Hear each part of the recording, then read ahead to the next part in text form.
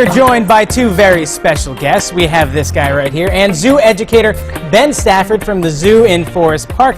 Today we got some big old animals, don't we? Yeah, we brought along some of our good friends. It's summertime, so we're going to get, well, besides a little bit of rain, we're going to get these guys out and about while we have some warm weather here in New England. Introduce us to this turtle, or tortoise. Tortoise, yes. Tortoise. This is a tortoise. This is Goliath. He is an African spurred tortoise.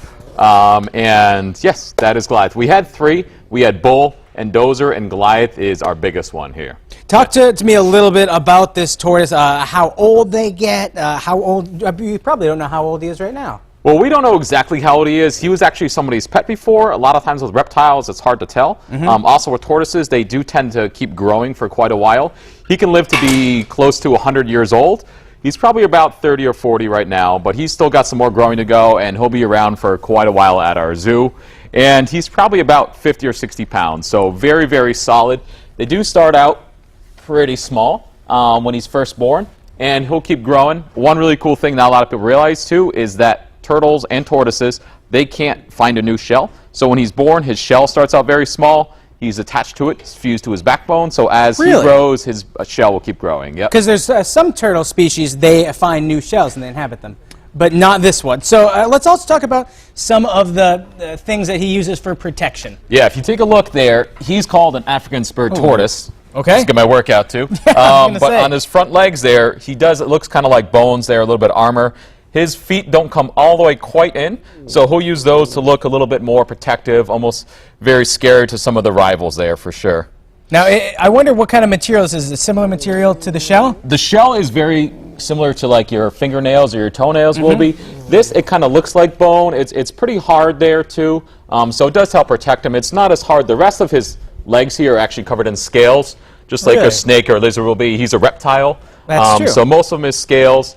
And then his shell, like I said, is a lot like your fingernails, and he's got like a little bit of bony part on the top there to help protect him. Now, when people go to the zoo, let's talk about his habitat. Where is he and what's his area like? They spend a lot of time on warmer days outside. Last year, I know he spent a lot of time he actually cohabitated with a little miniature pig, Patty. No way. And some of our little deer, except at lunchtime, yeah. They all eat kind of the same thing. Now, what he's do a they kind of eat? slower eater. Well, he's an herbivore. You can see by his speed, he wouldn't really be able to chase down any other animals to eat him. No, unless it was maybe a sloth. Exactly, yep. So he eats a lot of grass and salads, and actually if you saw any close-ups of his face, he's still got a little bit on there. So he really gets right in there and really enjoys lunchtime. Yeah. Kids can meet this animal at summer zoo camps at the zoo in Forest Park. Tell us a little bit about those. Right, so we have our zoo camp coming up the last week in June, all 4 weeks in July, all 4 weeks in August, you can see. And they get to meet a lot of our friends here. Goliath is definitely a fan favorite. We'll bring him out for Animal Circle because he doesn't really go far. So starting June 22nd, definitely you can sign up for camp. It's a great time to see a lot of these guys up close.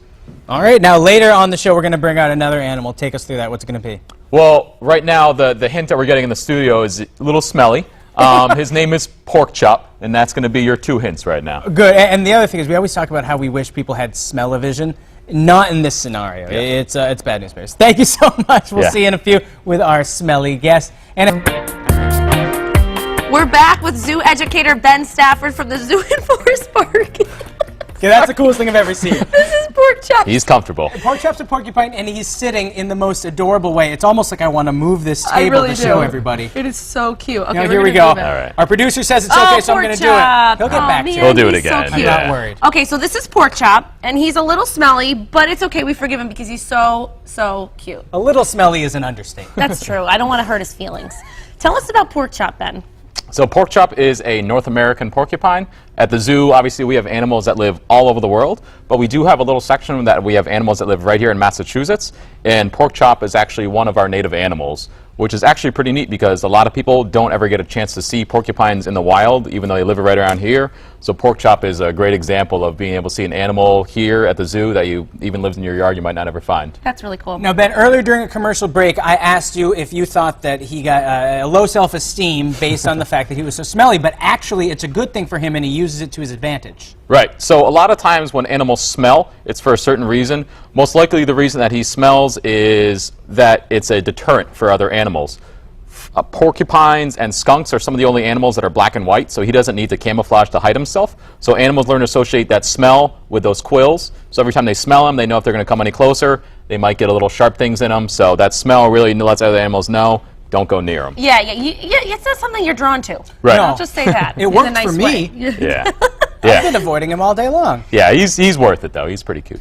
Normally you can't pat a skunk, but there's a little spot, or a porcupine rather, there's a little spot in the front. You can pet his nose. Yep, right on his nose. You can make like a little C with your finger, and you can touch right on his nose there if you want. They have no quills on their nose, on their bellies, and then the bottom of their feet are some of the only spots. Oh, he's cute. No, he's really cute when he eats, too. Yeah. So Endangered Species Day is coming up Saturday, June 13th. Right. And Zoo Camp is also available for kids. So endangered species, we do some special days all throughout the summer there. So this Saturday, we talk about our endangered species. Some of you might remember Loki, our little fishing cat from a couple weeks, Oh, yeah. a couple appearances ago. He is probably one of our most endangered species at the zoo. We have a few threatened. This little guy, he's not, but we want to make sure to protect his habitat anyway. So it's going to be a cool thing. We'll have some activities. We'll be showcasing some of our animals, and obviously Zoo Camp's coming up too. Awesome. So Yeah. much fun. It's a great opportunity for kids to learn but have fun during the summertime. And if you love animals, if your kids love animals, it's a great opportunity for them. Right. And we do have one more kind of special thing that we are doing. If you check out our Forest Park Zoo on Facebook, we just issued a challenge for you guys. And what it is, it's Ellen's Just Keep Dancing Challenge. It supports St. Jude's Children's Hospital with childhood cancer. So we have a little video up. You guys can check it out. Some of our friends are in there. And we'd love to see you guys do another video So as we've well. been challenged? You have been challenged. To yes. dance? Yes. And you have Ooh. to be better than having animals in your own video, too. All right, Okay. challenge So- accepted, Ben. We're going to have dump cake in our video. Yeah, exactly. And there's so many more names for Dump Cake. We'll get back to that later. And then Summer Zoo Camp, obviously, something people can sign up for if they want to know the website for the zoo in Forest Park. It is? Our website is www.forestparkzoo.org. And then our Facebook, you can look us right up there, and Forest Park Zoo as well. And that's where we'll have our video right up on both. Well, thank you so much for stopping by. I'd love to give him a big pat goodbye, but I don't think we should do that. Also, we want to thank our friends.